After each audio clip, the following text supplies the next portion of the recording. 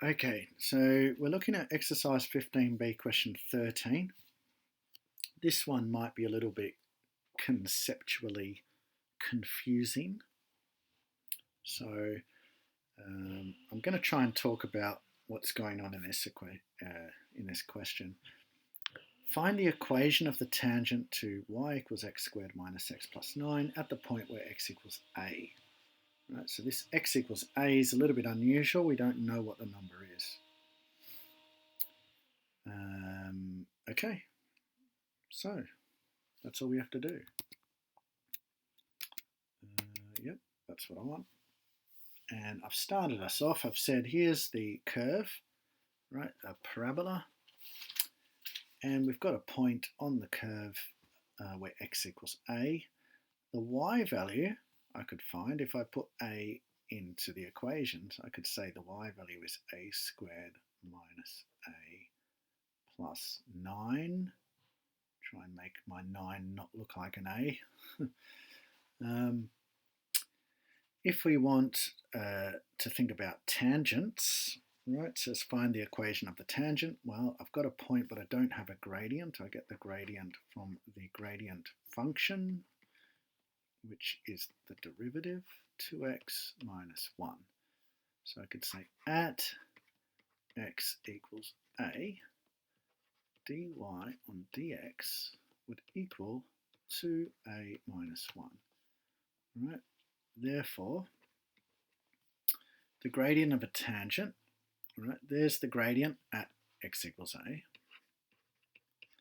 has to equal the change in y, so it's y minus all of that point, a squared minus a plus 9,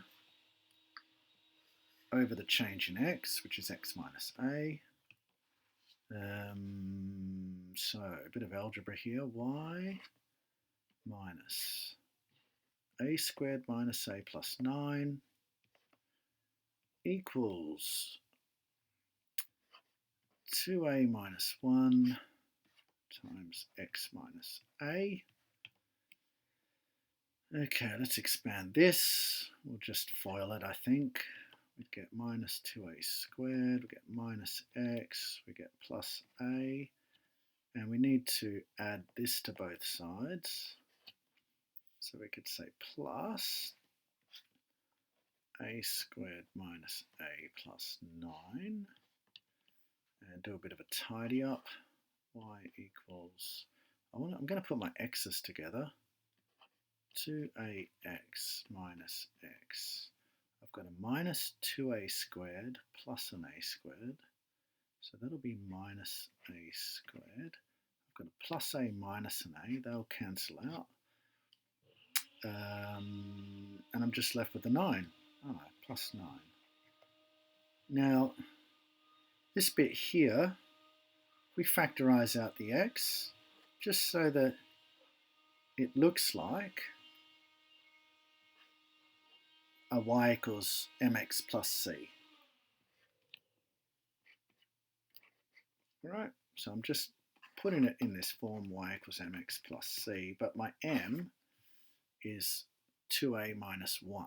Right? I've pulled the x out of the 2ax minus x. Right. Now what this is, right, we've got this tangent equation for this curve, right? That a value could be any point, and if I put the a into the tangent equation, it would always give me the equation of the tangent, which I've written down wrong. Let me just fix this up. Minus a squared plus 9.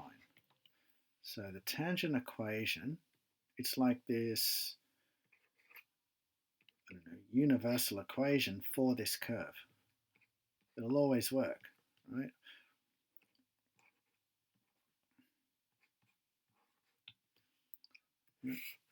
Someone could say, well, we want the x value to be 1, a equal to be 1. I could put the a equals 1 in, and I could find out what the tangent of the equation is, right? However, the question when we get to B, let's go back to the question now. Can't see anything, so I'm going to clear the screen. It says in part B, it says, find the equations of two tangents on this curve from 0, 0. And state the coordinates of the point of contact. Better remember that too. Okay. So what they're saying then is that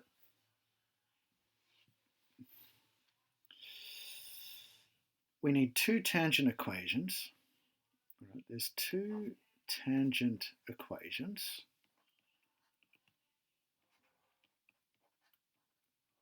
They're tangents to the curve, so they've got to fit with this equation.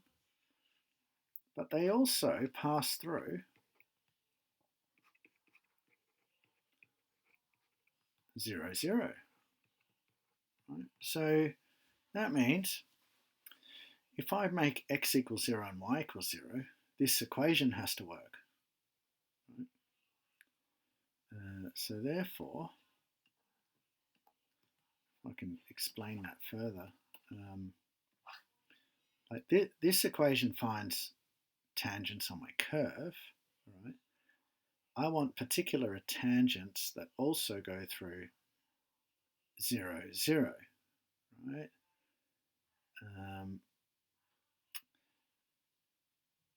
Therefore, x is 0 and y equals 0 has to be a point that fits with this tangent equation. Right? So I could say 0 equals 2a minus 1 times 0. So it's as simple as just making your x equals 0 and your y equals 0. But I'm trying to get you to think about it and understand why it makes sense to do that. So the a values are going to be plus or minus 3, which is good because it said there were two equations. So it makes sense that there's two values of a. All right. So therefore, these tangent equations. Now, by the way, if they go through 0 and 0, you know what straight line equations look like when they go through 0, 0? Yeah, it's going through that origin there, that 0, 0. It's going to be something like y equals, I don't know, some number x. Right? So that's how it should work out. When I put the 3 in to my tangent equation, I should just be left with y equals something x. And we will be, because of this bit at the end. If I make a equal to 3, I'm going to get 9. I'm going to get 9, but times minus, so it'll be minus 9 plus 9. That'll all just equal 0. I'll just be left with this bit, right? So you could say when,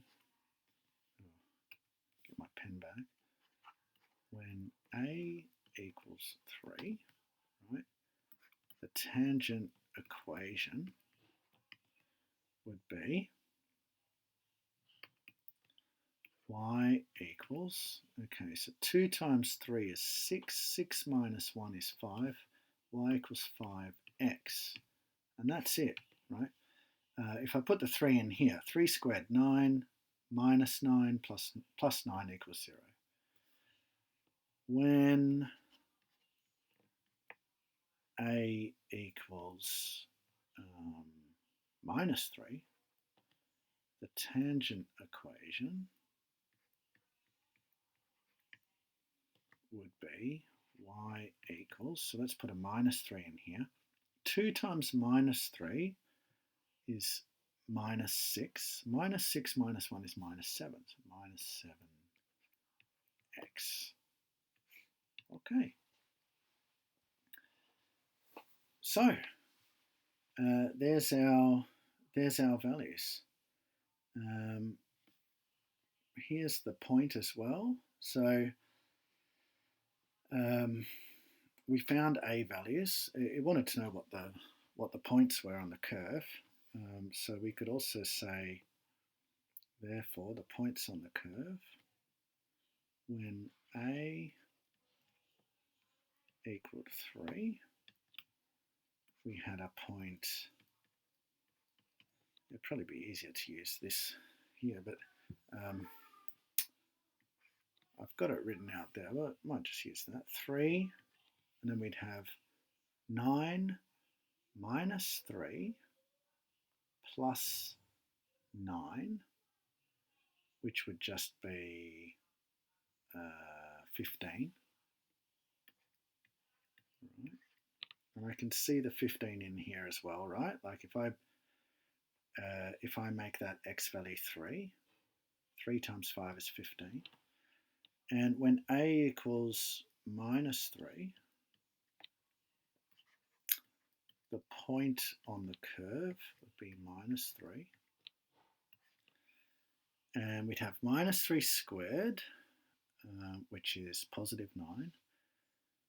Positive 9 plus 9 is 18. Minus 3. So I've got 18 minus 3, which is the same as 18 plus 3, which makes a 21. And does that work with my tangent equation? Yep, because if I had minus 3 there, minus 3 times minus 7 is 21. So I've done the check in both tangent equation and the point that fits with this curve, and they are definitely shared points. Right, so conceptually that one's a little bit confusing, but hopefully that video's helped.